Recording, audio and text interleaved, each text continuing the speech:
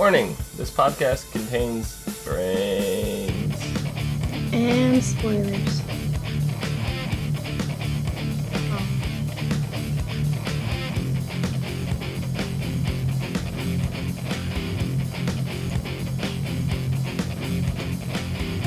What's up, everyone, and welcome to the ASOTVpodcast for iZombie Season 1, Episode 2. Brother, can you spare a brain? I'm your host, Dom. With me, my co-host, Omikins. Hey. And my co-host, Kim, a.k.a. B. Hi. How's it going? Good. It's going good. So what'd you guys think of this episode? It's hilarious. Loved it.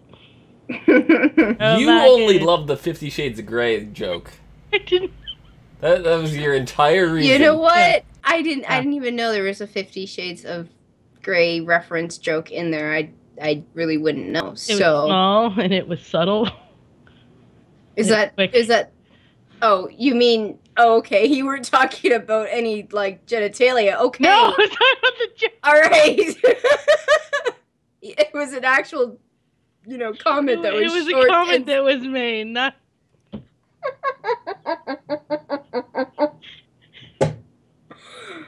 We're off to an awesome start. Oh, yeah. Yeah. I really didn't catch it, so. B, would you like to explain it? I don't even remember the words. I then my notes. It literally just says 50 Shades of Grey joke. That's all I wrote. I didn't write. I mean, if anybody else can clue us in, there's a huge comment section below. That is true. It was, like I said, it was very, subtle. It wasn't, this big, huge, oh my god. Yeah.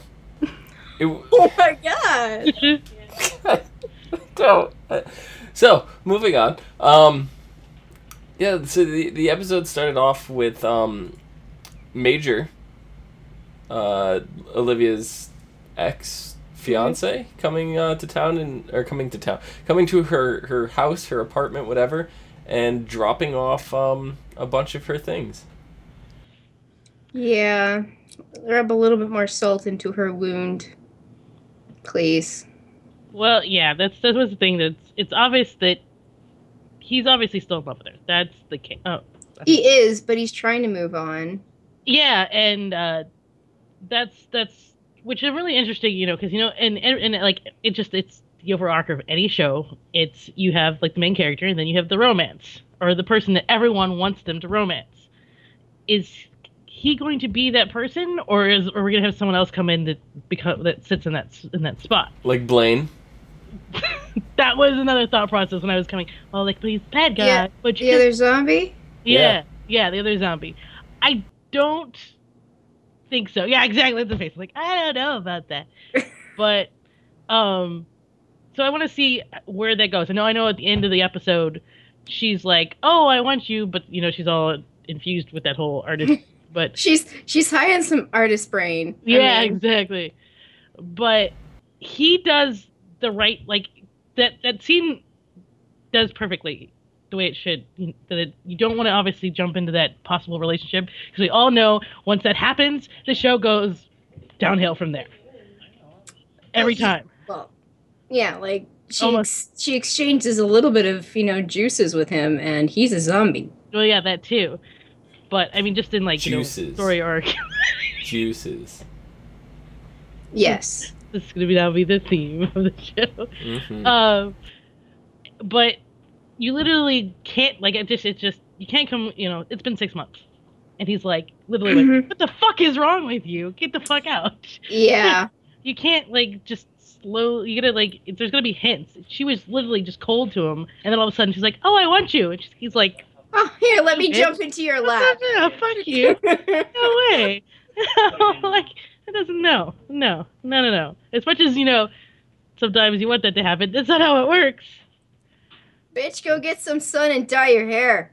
I don't want to see you in my house again. I can't believe, the contrast. You really got to see it with her sitting next to the woman with the buttery skin, Oh, yeah. And, she grabbed your hand, and it was just, the contrast of, Liv to her, and you really get to see like the skin tone, because if you guys notice, right after she eats Brain, she gets color like back into her face and stuff like that too, you know, so she looks more human. I just want to say that's me in everyday life. Whenever you compare my skin tone to anybody else's, I am a bazillion shades lighter than everybody else. Yeah, except when I drink beer, I get a little flushed. I always have rosy cheeks. Like, it's just a thing. Yeah, I mean, but look at all of us right now compared to her. Like, she's still pastier than all of us. She's photoshopped. Come on. That's about pretty accurate to what's going on in the episode. She's got heavy makeup on, but she is pretty. Yeah, she is super pale. I was like looking at her eyes and stuff in this episode, and I'm like, that actually, it looks really cool. And it's like, how does nobody like question that? Like, nobody like looks at her and is like, did you really have to put that much eyeshadow on? You know, like. You know who I really noticed it on was Blaine. Like, yeah. It's just because obviously you see him in other things, and that's why it's like, okay.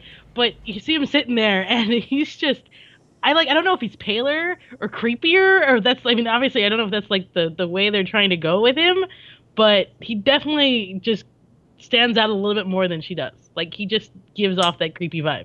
It might be the difference that he actually took the drugs to turn into a zombie, whereas she just got scratched. There might be something like that, but then you get to see the girl that Blaine was like messing around with, and she definitely turned into a zombie. And you get to see kind of that slow transformation. He goes, "Oh, look at the hair. The hair that's not just a fashion statement," or however he phrased it. Very snarky, very Yeah, and it was just like you could see, which I wasn't quite sure with Liv, if it was like some, obviously, you know, her skin and her eyes and stuff. The hair I wasn't convinced on yet. This episode did that for me, because she could have had like post-traumatic stress disorder, like everybody was saying in the episode, that dyed her hair, turned her hair white. It happens, you know. Traumatic things can completely turn your head white. So that could have been the reason there, but no, it's definitely the virus that is confirmed from this episode. So. I had this like weird thought when like that weird sex scene between like starts. I'm like, you know, being they're dead, I wonder if they're cold.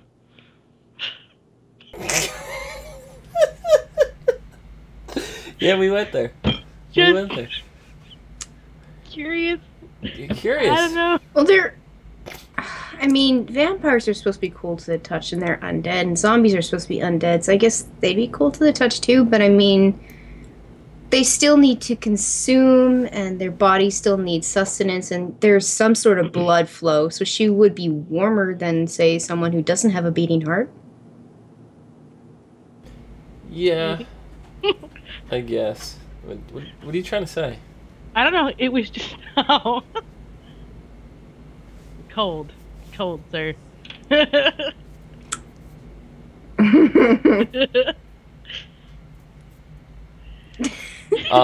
So no, the vampires, they trick people. They drink caffeine, keep the blood, you know, circulating. That's how they go.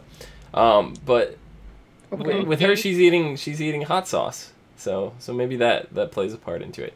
Do you think Blaine is like realized that that's a thing? Because he's like super shady, because he's like, oh, I find mine like the difficult way. I should have gotten into the medical field. You know, I go and dig them up out of the graveyard and kind of thing. And then I wanted to believe him because it seemed legit, and he legit did seem like he was trying to turn over a new leaf. It looked like when he said he wanted to live in that alley, like that was him, and he was trying not to deal with those people. He was trying to shoo them off. He really was. Mm-hmm. And they kind of pushed, and forced him into the car. At that point, you know, he turned into rage mode, like he said, you know, or as Liv would call it, full-on zombie mode, or... They really need a better term. Yeah, they do. I liked the rage mode. I did like rage mode. Every time someone says rage mode, I just think Hulk mode. I'm like, they are not turning big and green. Well, rage and Hulk are two different things. No, he gets angry and he turns green. He also gets hungry and turns green. See, I disagree Well, so with did... you. Oh, wait. Keep going. Sorry. No, I disagree with you with Blaine. I honestly think he's still a sleazebag. That he's got like this whole, he's smooth and calculated. He's got it all figured out. That he knew that he was on that direction. That he and I, for some reason, I feel like he seems like he's got a little bit more control over his zombiness than she did. Because, you know, like when, you know, during that scene with the lady, that he literally like sat there and like went red-eyed and he still was smiling and everything. So that's where I got this. Like, do you like wonder how much more control that he has over what he is than, you know, what we've seen out of Liv? Like, I honestly think that in that alleyway at that moment in time, he really wanted just to meet up with, maybe he did want to change because that was going to be his source of food, so he didn't have to go out killing. But then they fucked him over, and then he decided that he's going to make money by selling the brains that he gets from Liv to this other lady so that he can do other things with this money. And what did he say when he rules the town? When he's saying to these guys? He's still a sleazebag. But I mean, he's going about it, you know, he's actually thinking. And he still has a brain. I'm curious now if Liv is the only one that has the powers when eating the brains, because he seemed clueless to that. He did seem clueless. It might be because she didn't turn like he did. She still has a connection to humanity. And maybe not even that. Maybe everybody kind of exhibits their own kind of powers, so to speak. That's what I was thinking. Like, you know, when they do sometimes they do different things. Yeah, like, is the same way. You say vampires, then I go straight to the Twilight series, and I don't even want it. No, stop it. Please, God, no. I was not going that direction. For someone that hates the series, you sure know an awful lot about it. I read the books and I watched the movies. I can't help it. Those were your first two mistakes. I'm guilty of that as well. See? You know, it's just like bad publicity. Like, people say, oh, the 50 Shades of Grey, I'm never going to watch that shit. But they want to know why people are so angry about it, so they go watch it. To be honest, book-wise, I didn't think it was too horrible until the last one. I went, what? Really? Where she was like baby and like... Yeah, the baby crap and everything. I'm just like... He was still? Yeah, no. Stop it. Yeah, I was definitely done, and I realized I'm in something. It's obvious Dom does not read books. Otherwise, he would know exactly what we're talking about. No, because even if I did, I still wouldn't have read that book. I didn't read that book either. From what I had heard... Oh, you're done? We're on a tangent now, but from what I heard is that the last two books that were released were actually really good, writing-wise, because apparently that person's not an author. That was like their first time ever writing books. But I don't know. But yeah, the powers. I think they might have different kind of powers. They may be unique to every person, and by the sounds of it, they're the only two zombies that are walking around, so, I mean... Well, there's either three now. that, or Liv caught it early. Because she did say the longer she goes without brains, the more of her humanity is lost. So, she may have not gotten to a point where she's lost enough. Yeah, whereas Blaine may have lost a bit, and then every time he eats the brains, he gets back to a certain point, but never gets back to that full potential. That makes sense. So it's definitely an interesting way to go about it. Yeah. So what did you guys think about the case itself? It's a typical murder case. Like you know, our handy dandy detective says it's always the wife. It happened to be the wife. But you know what? I was so hoping it wasn't going to be. I was too. So was I. But I mean, the way that it played out made sense. Because it's that self-aware kind of comedy, so to speak, where, you know, they know, okay, this is the trope, so to speak, and this is what happens every time, so we're self-aware of that. Let's not do it. Mm-hmm. Nope, they did it anyway. Well, maybe that's everyone's thought process is not to do it, and they do it anyway. That's true, too. Do it because everyone thinks we're not going to do it. They did explore other options because she was very much on the it's not the trope bus.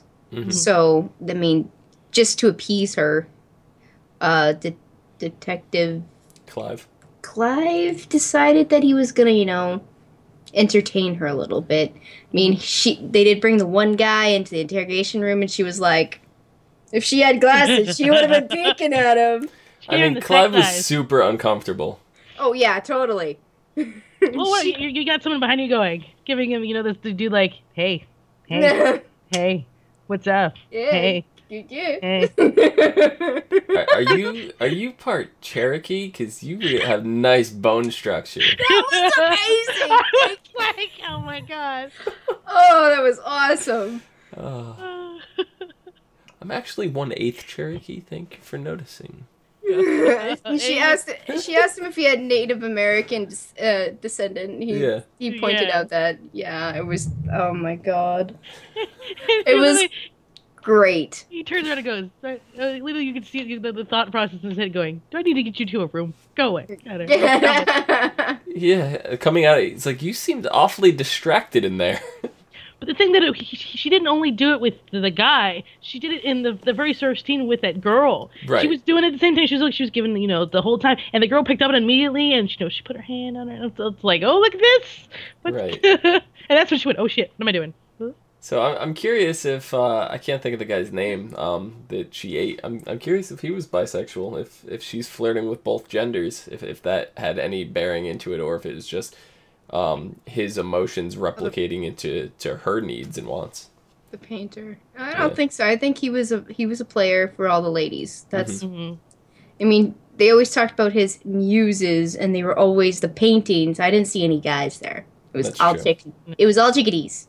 I think it was just the emotions running wild within her. Mm-hmm. That it was just like, in her brain, the whole, obviously she started describing the texture of her skin and all that stuff. I think that's what it was just all getting to her in that aspect. It was also. I loved the sketch artist. Oh, he was so irritated. Oh my god. So I wrote a note. I said, "Creepy attracts creepy." When the two, when Roberson and them were sitting next to each other and they were talking about stuff, and it was just like, you guys are both a little creepy. Mm-hmm. How long has it been since she got turned into a zombie? 6 months? I think they said 6 months. 6 months, okay. And by the sounds of it, her and Major weren't that intimate. He was like, I want to lock this down tonight. So it sounded like it's been probably more than a year since she's, that's probably had something to do with it too. Yeah. I mean, she, at the end of the episode, she did kind of try and get with Major, so. She did, and he was having none of it. Yeah, so. Which would you? She was kind of, she was craving more than brains at that moment. Yeah, but it also seemed like at the beginning of the episode when he came in, he was like flirting with her. He loves her. He still wants to be with her, but you can't expect someone to be like, you've been turned off to me all this time. Why now? Why now?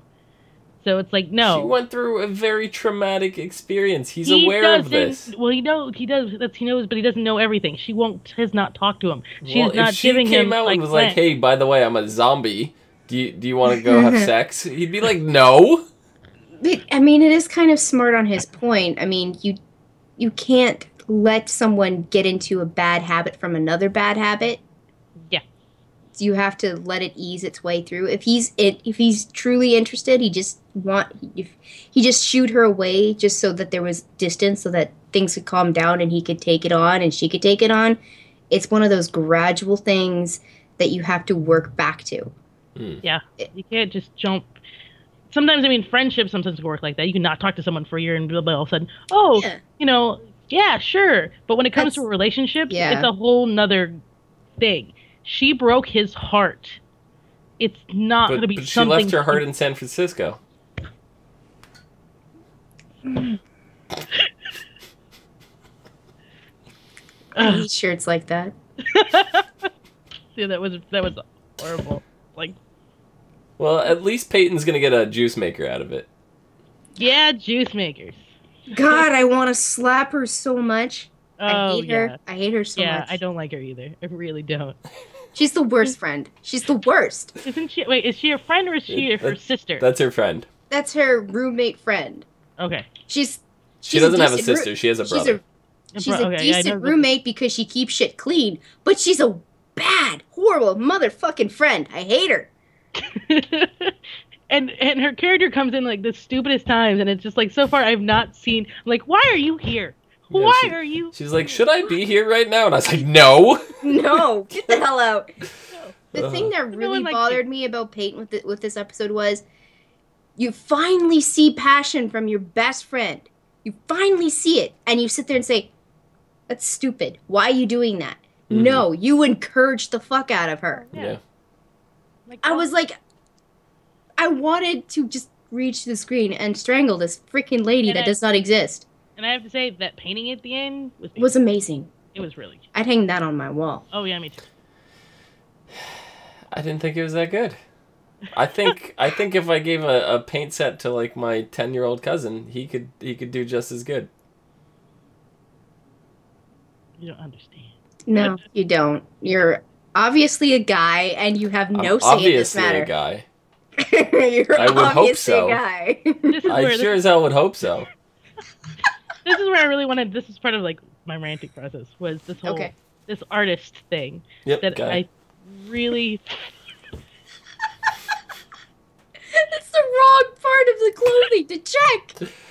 Guys can have bazongas. But come on. They're still guys.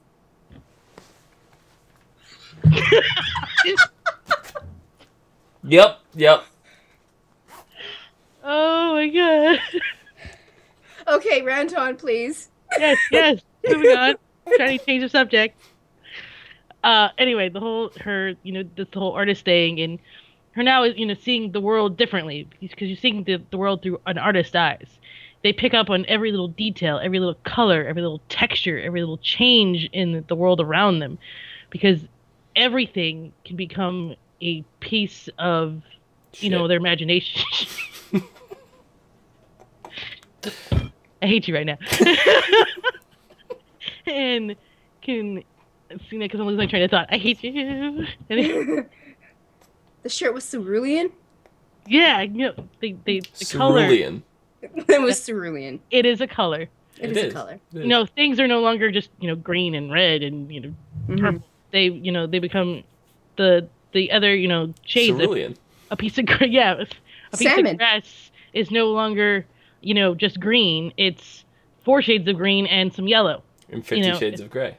And 50 shades of gray.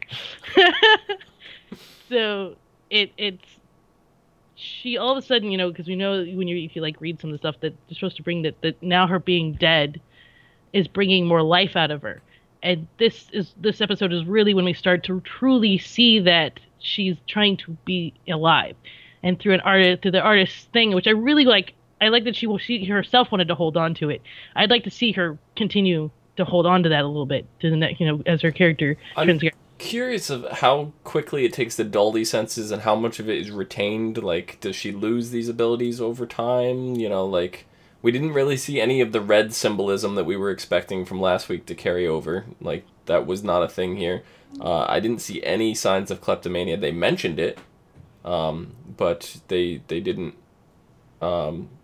They didn't show it being an active issue. I mean, at the end of last episode, she was returning the thing, so I'm assuming that's a diminished kind of ability, and I believe this painting is probably going to be very similar. And yeah. Or is it a change in her, like herself? Like she just, she realizes what's happening, and she chooses to no longer overpowers her. Like at first, like when she does it, it just like it overpowers her, like, and she can't control it taking over. But as time goes on, she learns to slightly control it, but it's still retained a little. Mm-hmm. I hope she keeps on to some things that, like, if she wants to really hold on to it, she can. I hope that's a thing, because I would like to see her be passionate about certain things, maybe have a hobby, even though, like she said when she was alive, that hobbies were for what? Idiots? Yeah, she was idiots and... Or a waste of time or something like that. Yeah. But, I mean, she needs a hobby. I mean, look at her. Definitely would like to see that passion. That was a word. That was something else I wrote. because that whole that I lost my train of thought again. There's passion on so many levels in this episode for her. Oh, I mean, yeah, passion for art, passion for, you know, her, for love, passion for just anything, basically. It was just there. It was just, she was just more motivated to do things and, you know, get it done. Yeah. Yeah. I'm curious of where Blaine is gonna go. Because He's I mean, he's not thinking about it, but I think he's gonna start his own little zombie mafia. it's almost what it seems like. This whole it was like the zombie army thing, and he's like, I'm gonna sell these people the brains and make all this profit, and that's how he's gonna, you know, take over everything. Yep. I like to Supply see and this demand. boss that they were all talking about. I'm like, what's gonna go on between, you know, him? I'm curious if his boss is the one that gave him the drugs in the first place, knowing that this turned him into a zombie. Like this Like side effect would happen if he intentionally spread this. I mean, it might have been just an experiment because it was just a Right. boat party, and you're out in the middle of nowhere, and it could have just been an experiment, and it's contained, just to see what happens. I mean, people. I'm gonna say I don't want to go there, but it's been done. I mean, there's been nukes set off in the middle of a desolate place just for an Oh experiment. yeah, that's I mean- definitely. I mean, this is how Godzilla was born. So, I mean, this. Exactly. Fucking Yeah. Godzilla. Yeah, exactly. Test So, subjects, different things. I mean, you see things all over with science. You know, it's for science. It's for science. We gotta do it. Well, like it's an excuse to be like, it's science. yeah, I think like, his boss I'm- definitely knew what he was doing. I Yeah. don't think he expected survivors, but I think he knew what he was doing. Or I mean, like because they're talking about the whole that was laced with something, or if someone else interfered in the middle of somewhere and laced it. Like, is someone else going, I'm gonna create, you know, the zombie apocalypse? You know what? Mr. CDC in the morgue. I have a feeling he Oh, has a no. little hand in this. Oh, you think You he's think like, he seems pretty innocent to me? yeah, Exactly. good point. I mean, it really could be like the last person you suspect. I'd be upset. So would I, but then I can see it happening. I mean, he's so set on the whole zombie thing when he was in the CDC, apparently. So, I mean, and he's so into live right now. He's just like, give me all your samples. Maybe I want all the samples. Maybe he's the hookup that Liv needs. Like him to be the romance Yeah. option? Ugh, no, thank you. Yeah, it's not something I'm definitely into. I'd rather see him as the villain. I'd rather see Blaine as the villain. No, I do Blaine like Blaine. is a villain. Yeah, we already know is. Blaine's a villain, but He is. Any character that David Anders plays is almost always a villain. Almost always. I'd almost rather see Blaine and Liv hook up than yeah, no, because I just couldn't. He's the sweet innocent. Like, I just see him being still just staying as the friend, the one friend. She that could hook up with knows Clive. Who? The Oh, cop. no. God, no. No, please.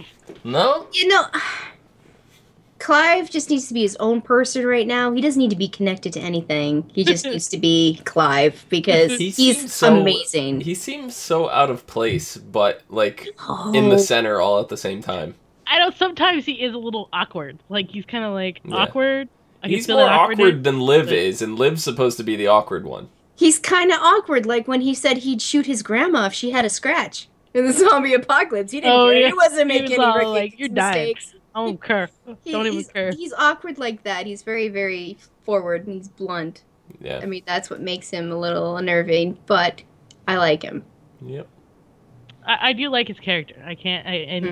But I do get the awkwardness that sometimes he kind of like is weird in the scene, like he doesn't belong, but at the same time he does.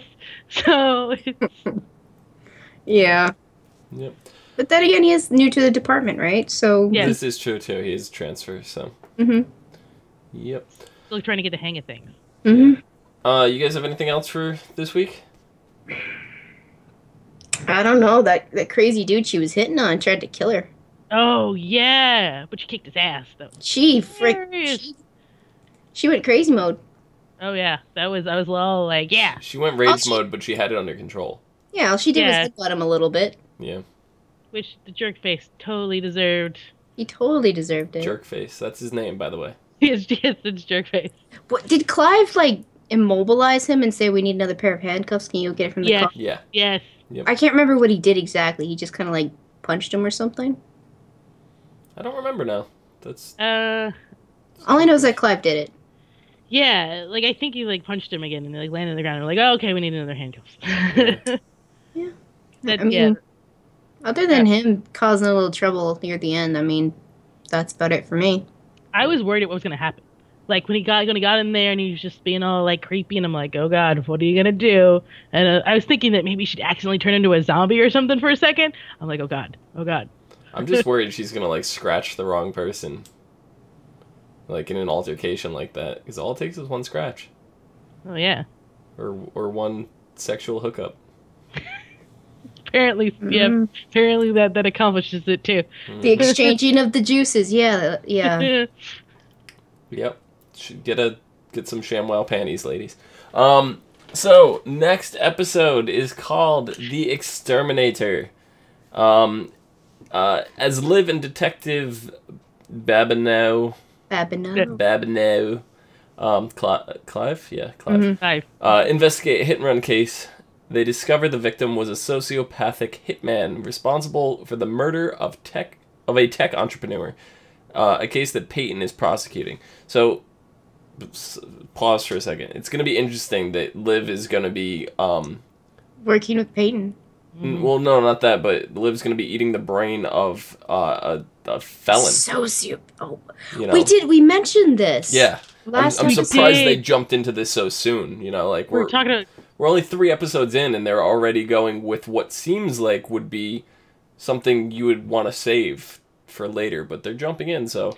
I mean, he's just a little sociopath. He's a hitman. He's bought to kill people. That's true, and we might find out that he was forced into the position, too. Yes. So, I still want to see the serial killer thing. I still want to see definitely. I think it's going to happen. Oh, my God.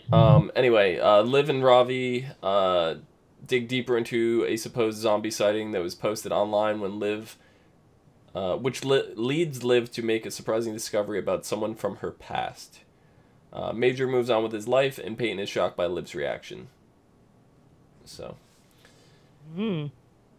should be interesting. I don't know.